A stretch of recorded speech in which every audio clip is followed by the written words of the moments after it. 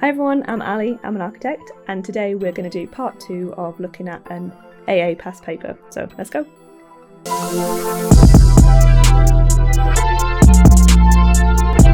Okay guys, so you'll notice that through this video I change hoodie. Had a bit of camera problems later on, and half this video was filmed on Christmas Eve and half of it later, so it's kind of a amalgamation, but basically we just look at 2 more scenarios from the AA's 2018 paper, and the second half of scenario 7 will be future me filling in for after the camera died. So thanks for watching, and let's have a look. We're going to look at 2 of these slightly more in-depth questions, scenario 6 and scenario 7. This video, like the previous video, has a link to the actual paper in the description below as well, and hopefully in future we'll look at some other past papers from different schools, but today we're concentrating on that one from the AA that is the one I sat when I did my part 3. So let's look at the first of today's questions. Right, so the question that we're looking at today first is scenario 6. That's me opening the pen. Well, look, we're going to have pens. Maybe we won't have black. Let's go like orange. Also, there's going to be a noise of soundproofing falling off the wall, so ignore that. Basically, we're going to have this camera again, showing us this. Sorry about the warp. That is a beautiful feature of the GoPro, but it's the best option I have right now. So let's do that. Basically, I'm going to read you through the scenario, and then we're going to highlight some things that would be key to look at if you were approaching a similar scenario in your part 3.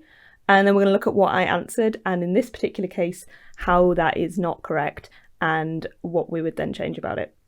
So, scenario 6. It has been a long, hot summer, and despite good morale within the team, the works have now fallen into delay. The last 6 months, the contractor has failed to issue any updated construction programme. Instead, he has provided a list of target completion dates for each package and of works in his contractor's report. He has issued an updated version of this document at each monthly site progress meeting. The completion date has passed, which was the 30th of July, so going to be important. And AA Architects has issued a non-completion certificate. On the 13th of August, you receive a letter from the contractor requesting a 9-week extension of time. He cites the following reasons for the delay. In April, the client requested that an additional shower room be introduced for the office tenants as they require separate male-female showers. The contractor asks for a 2-week extension to compensate for undertaking the last-minute additional work. That's in quote marks. Commissioning of the... So that's one. Commissioning of the heating system is in delay due to the lack of availability of MEP subcontractors who have now all been moved onto another job. The contractor is now struggling to get them to come back and finish the work. He asks for a 1-week extension of time due to this problem. And the lift manufacturer has made a mistake with the order and sent the wrong parts to site. The new lift has had to be fabricated and shipped from Italy. The lift is due to arrive on site next week. The contractor asks for a 6-week extension in relation to this item. Fluid Space are anxious for the building to be handed over. That's our client. So that their tenants for the commercial space and the apartments can move in. They've asked you not to award an extension of time. So that's common. That's something that people ask for, and it's a common thing in part 3 to kind of make sure that you understand contractual relationships and stuff. So basically, we have a contractor who's late and they've asked for some things. Before we read the question, I'm also just going to say they want 2 weeks there, 1 week there, and 6 weeks there. So cool. Okay. So the question, as we know, the scenario just sets out like the situation in which the question is based. The question itself, question 6, is write a letter to the contractor summarising your assessment of this claim for extension of time. Will you award an extension? Explain how you have reached your decision, responding to each of the points that has been raised. And then B is Fluid Space asks you to grant completion without the lift being installed. What is your advice and why? So the actual question itself is relatively simple. It's an assessment of an extension of time, which is a normal contract administrator job, and then also ask you how you're going to deal with your client that having asked you to kind of fast forward it and go, you know what, we can take occupation of the building without it being fully finished. So these are quite common kinds of questions, obviously not with this specific scenario, but definitely contract questions and definitely these kind of questions, especially ones asking you to assess an extension of time claim, sorry. I can totally speak today, it's fine. So let's assess what they've asked us to do. Write a letter. And as I've said in the past, if they're asking you specifically to do a specific thing, then you need to do it in that way. So assessment of this claim. So will you award an extension is part one of it, and explain how you've reached that decision, responding to each of the points that's been raised. So we know we've got 1, 2, and 3 points that they're trying to use to claim. And then a second part of the question is about dealing with our client and their specific kind of requests. Okay, so as per usual, I'm going to read you what I wrote. At this point, this is the third paper in the AA. So as I've said before, paper 1 at the AA, you have a month with it, it's in your own time. Paper 2 is sit under exam conditions on the day. Paper 3 is the next paper, sit under exam conditions on the day. And then there's a fourth paper, which is like short, quick fire questions without any reference material. So this is the second exam paper of the day. In between the two, there's a little quick tea break. So I think, you're ready for these more difficult questions, but then at the same time, I was not great at answering this question. Some of it's kind of self-explanatory, and then some of it is a little bit more up for interpretation, which is exactly why they're asking you these kind of questions at part 3. How do you interpret this request for extension of time, and what are you going to give as the contract administrator on this job? I made notes for myself in the way that I dealt with this, and coloured them in red. So the way the AA exam works is that you type it live in the exam conditions, and basically I just highlighted it all red, put it all in italics as kind of like my thoughts, just in case when I actually wrote the letter to the contractor, what I got to was not the right answer. I wanted the examiners to understand my thought process, which I think is probably just good advice, is to kind of go, right, these are things I'm thinking. So what I'd put is that basically one of the issues we see in the scenario is that the contractor is not keeping to a program. They haven't got an overall program. What they've done is split things down into little programs, but that means that he then has no oversight of sort of delays that are happening in one place, and a critical path kind of system. The second thing I noted down was that he is late on the first one. So basically here, the first request for extension of time is from April, and we know that we've passed the completion date of the 30th of July, and then on the 13th of August we've received a letter from the contractor. So that means that we 100% know that it's after that. So April was when the client requested an additional shower room, and then they're asking for a 2-week extension now in August, because of, as they put it in quote marks, last minute additional work. So obviously this doesn't count as last minute additional work, and I believe it would be time barred essentially. So he can't claim against this because it's been too long since it happened, which means that kind of the assumption of the contract is that he's agreed to those changes without any requirement for an extension of time. And that's why during contractual relationships, it's really important that everything is done on time and quickly, because equally for architects dealing with things, you run out of time to be able to kind of give your opinion or change things within the contract. So he can't claim an extension for that because it is too long ago. As I've put basically in my answer, under clause 2.27 of this specific JCT contract, you should notify us when it becomes reasonably apparent that any work or instruction will cause a delay. The client made this instruction in April, 3 to 4 months ago, as this is a variation and as such would be a relevant event for an extension of time.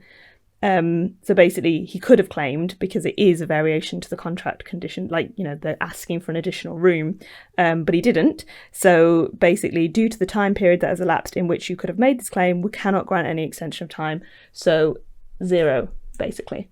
And the way I set out my letter was basically just, dear contractor.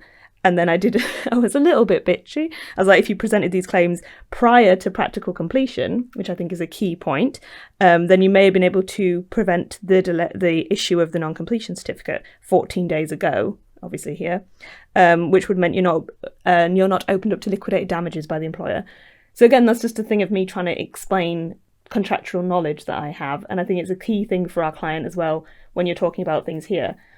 If they're losing money because the building is now in delay of being completed, because we've issued a non-completion certificate, they can charge the contractor liquidated damages, which has to be provable against rent loss or anything that they're incurring.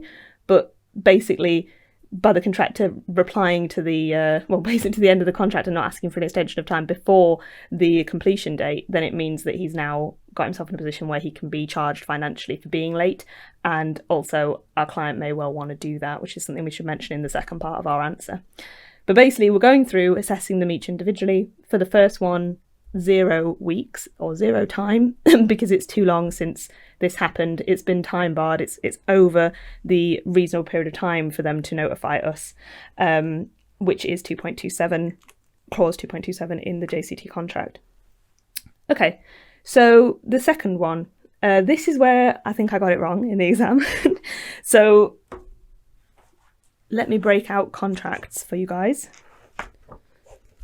Contract, but it has exactly the same clause numbers. You'll see it's a Scottish version that I had from the first time I did my part 3, so I used it again because I already owned this contract. I'm not going to pay for one. Anyway, basically under 2.29 is all the relevant events, and 2.27 that we've already referenced back here is me hitting the mic, is notice the contractor notice by the contractor of a delay to progress.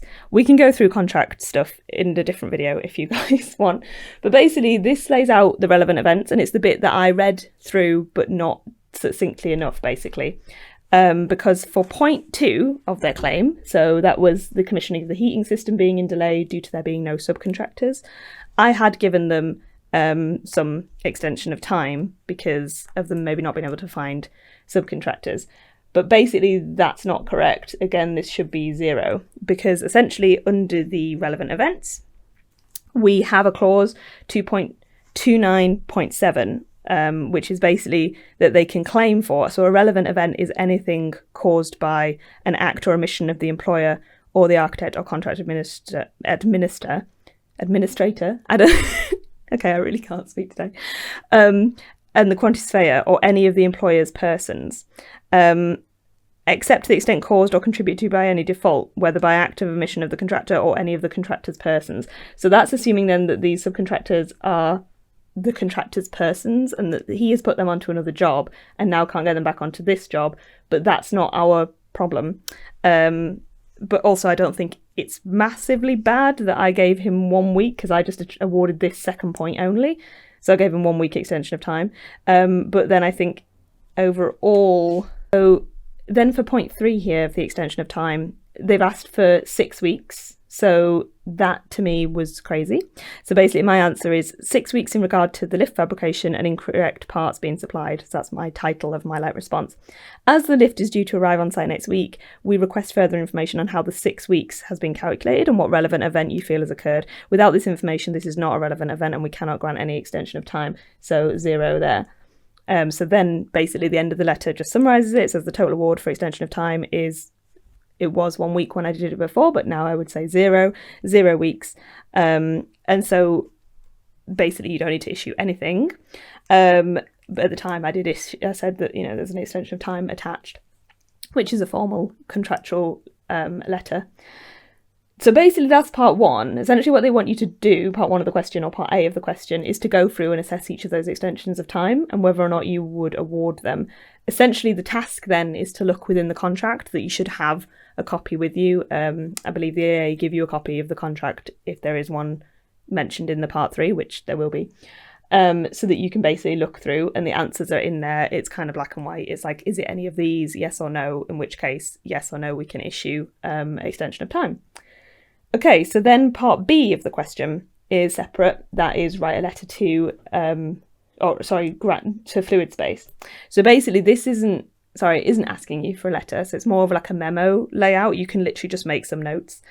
So basically I had said that the building cannot be determined practically complete without the lift installed. To achieve practical completion, the building must be safe, fit for purpose and accessible. Fit for purpose is a key sort of contractual phrase. The work to install the lift is not de minimis, so small, basically. It's not nothing, it's not minor. It will require significant coordination. Further to this, the building is not fully accessible and would not be fit for purpose for those needing to use the lift. Practical completion can only be certified when the work is practically complete, and there should be no outstanding work unless it can be termed de minimis, minimal, and not affecting the working of the building or operation of the building. So essentially my thoughts then is that the lift installation, which obviously is quite a big undertaking, is too big of an item to class as minor, because obviously once you've achieved practical completion, then the rectification period starts and any snagging and things are done and minor changes. A lift is not a minor change, and it's also key to the operation and accessibility of the building. So basically we can't do that. Another part that I might mention in regards to this is that if they're not already, Fluid Space can be charging liquidated damages to the contractor. So if they're losing money and, you know, their rush is coming from that, because obviously what we can sense from this question is that they're concerned that they haven't got tenants in, that the building isn't making money, and so they're looking for any situation where they can basically take possession of the building. And there is other options for this, like partial possession and stuff. But what you could just say is, well, you could be charging liquidated damages. So at least there's no financial loss then about them not having access to the building yet because the contract has been delayed. But yeah, basically, that is our overview of scenario 6. And the next one we're going to look at is scenario 7. Scenario 7 is another kind of more in-depth contractual question. So as per usual, we'll read it through, we'll talk about what I answered and what you should be looking for. But these contractual questions, once you understand the basics of contract law, and usually they're traditional contracts as well, not design and build when used in part 3. So they're looking at the architect in the role of contract administrator. Once you kind of understand the rules of a contract, then they tend to be more simple, because it's really a contract administrator's interpretation of the situation, so of the scenario, and then of looking back on the contract and what it allows you to do. So essentially the contract will have the answers in it a majority of the time. If not, another great thing to have with you in the exam is this book, which will actually answer like questions that are more difficult, especially the kind of ones that come up in part 3. So if there's something that the contract is more vague on or you're not sure of the direction, that book can be a great one to have. I don't think it's in my part 3 like books to take into part 3, but it can be great because you can have a copy of the contract and a copy of that book, and so together you're probably going to be able to answer any difficult questions that they might throw at you. Again, this is one that I got like 90% right but not 100% right in my exam, but we'll talk about that in a minute. First of all, let's see what the scenario is. So let's read scenario 7. The contract is JCT Standard Building Contract 2016 with the heating system as a contractor design portion, CDP item. The employer's requirements, ERs, issued at tender were in the form of a performance specification which sets out required temperature to be achieved in all areas, but gave, and I think this is supposed to be gave no details on sizing or brands of the equipment. The ERs also required that a commissioning, testing and verification procedure be undertaken on the heating system. Practical completion was certified in September, and at that point the heating system had not yet been commissioned. The contract administrator, as the contract administrator, you used your discretion to issue the practical completion certificate with the commissioning, etc., listed as a de minimis item, as the employer was anxious to move in. You directed that this would instead be done within 2 weeks following the issue of practical completion. Following practical completion, a series of problems are experienced with the heating system. The contractor returned to site and informed you that it had completed and installed and commissioned, or was commissioning. At the same time, you are informed from the only flat with continuous occupancy that the system is not achieving a comfortable room temperature. The contractor returned to the site and carried out remedial work to the boiler. After a few weeks, the occupier complained that the flats were still not warm. Ultimately, it transpires that the boiler used was undersized and the boilers will need to be replaced in every one of the flats. This will be very expensive, and the contractor writes an angry letter stating that the type and size of boiler has been made clear in the specification document under the contractor had submitted. As the contractor installed exactly the one that had been specified, it does not see why it should now pay for having them all replaced. Okay, so before we move on to reading the question, obviously a few things here that are kind of red flags. Practical completion was certified with a heating system as a de minimis item. Obviously, we've just discussed what de minimis means, so minimal changes, minimal effect on the actual performance of the building. It's not that, so that shouldn't really have happened, but it has happened. And then, so following the practical completion, a series of problems have happened.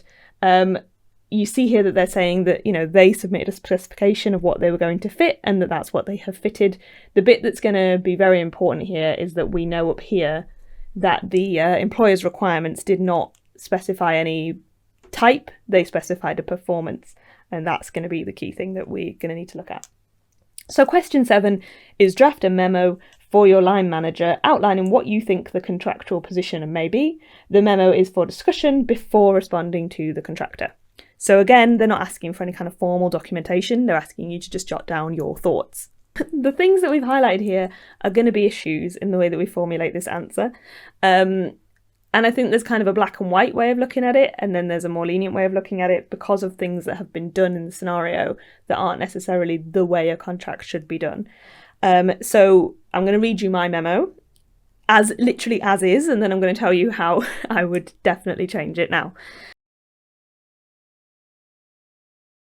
Sorry about that, guys. So where we were before the camera died was I was about to read you what I wrote for this. And as I've said before, what I wrote is not correct. So then we're going to look at the scenario and what I should have said, basically. So here is literally verbatim what I wrote in my part 3. So I put memo. I would discuss this with my line manager as I'm not certain of the contractual situation. A summary of my understanding of the current contractual situation for discussion is: the tender gave no details on sizing the boilers. It was a performance specification, which means the contractor has agreed to undertake achieving that performance. We issued a practical completion certificate when the work was not practically complete, but at our discretion.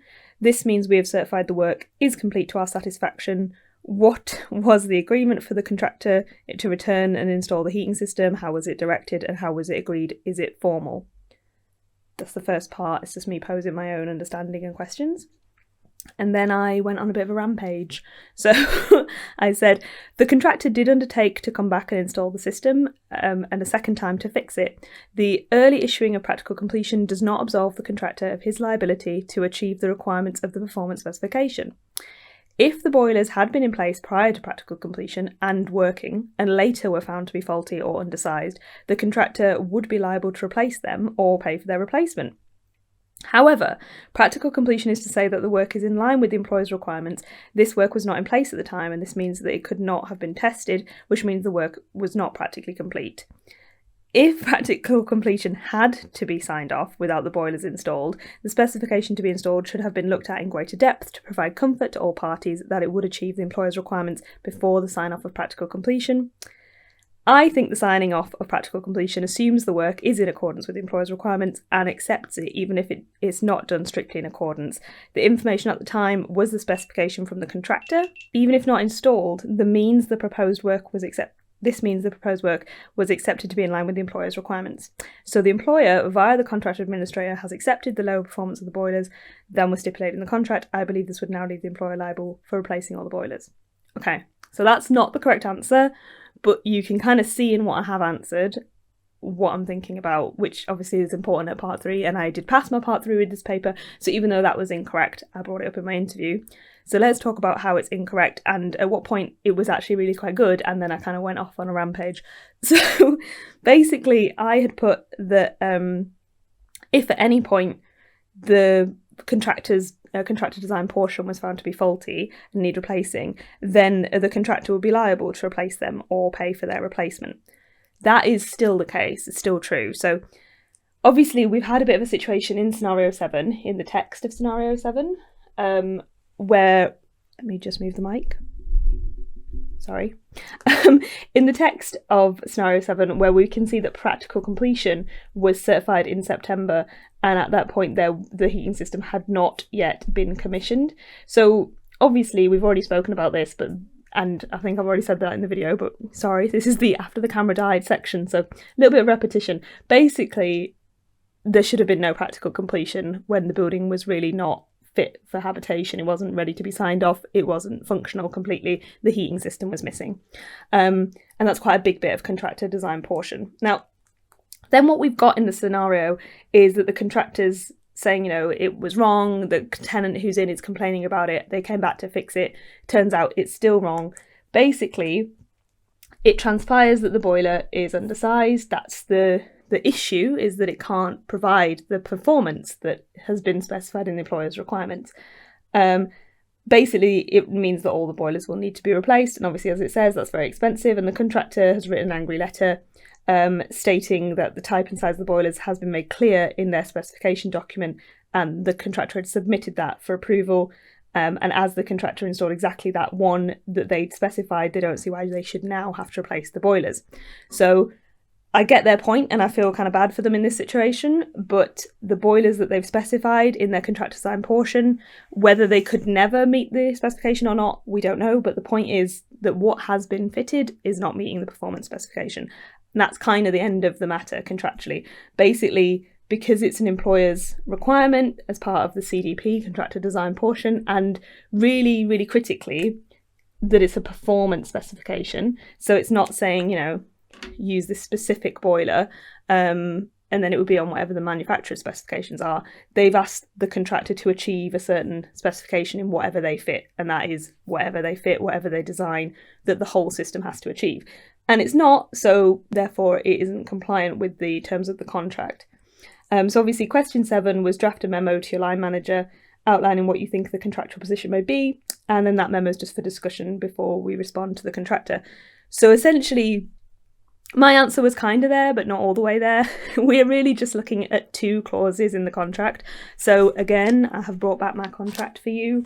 We'll stick it here. I don't know if really we can see this. It's kind of a bit, everything in the text here is tiny, but hey, I might do like a blog post or something to kind of try and make this a little bit clearer. But basically, we'd be looking at the contractor design portion part of the contract particulars.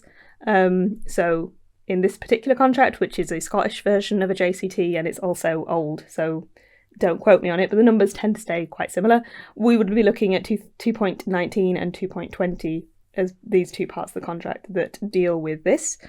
And specifically what we're going to be looking at in regards to what's happened is 2.19.1. So basically I'm going to read you 2.19.1 because it is our main clause in relation to this particular question for question 7. So 2.19 is where there is a contractor design portion, and then it sets down 2 clauses that kind of govern that. And 2.19.1 is this.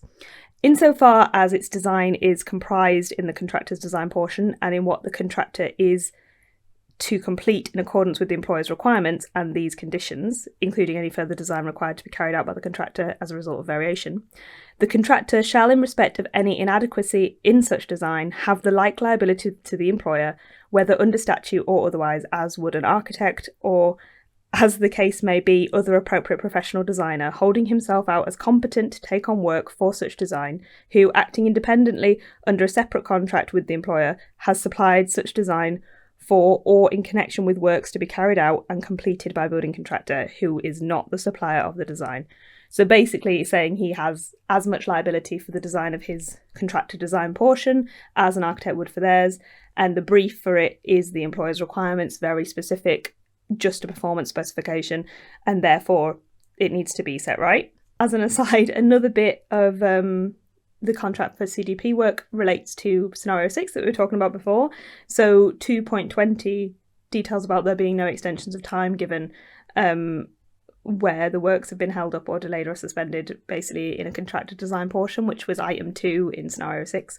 So again, both these questions that we're looking at today are really about knowing the contract and reading through the contract and knowing these kind of things.